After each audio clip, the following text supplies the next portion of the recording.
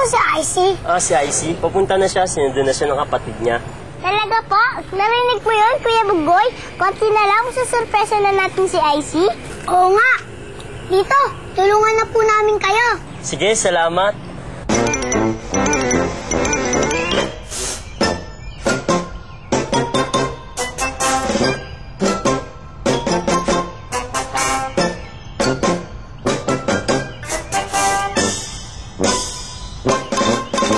Ang daming pagkain, no?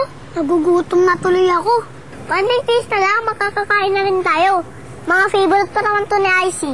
Chacha! Bugoy!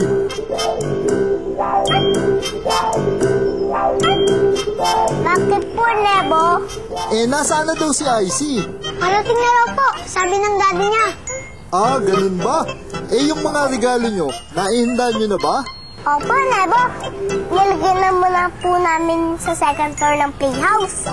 Kayo po, Nebo. Anong gift nyo kay Icy? Isang Rubik's Cube. Kasi, paborito niya daw laruin ang Rubik's Cube. Pampatok daw ni Icy yun sa gabi. Ako, ang gift ko kay Icy. Laruan, ikaw, Kuya Bugoy. Anong gift mo kay Icy? Ako, gift ko sa kanya, storybook. Di ba mahilig din siya magbasa?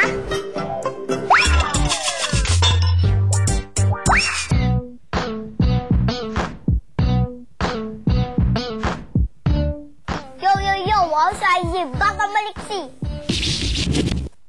Ayun na nga, kay birthday, papakita ko ang aking hilig, okay?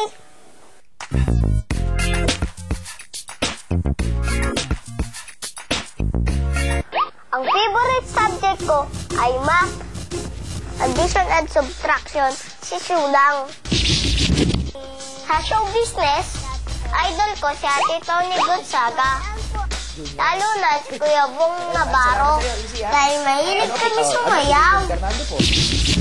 Pagdating sa mga kainan, ito mga paborito ko, kainan na!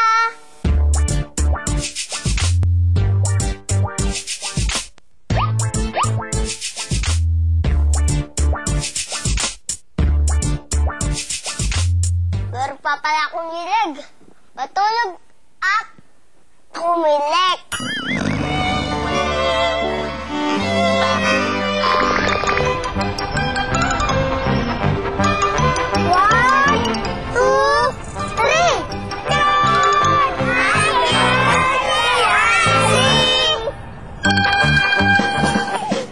Huwag kang makulo.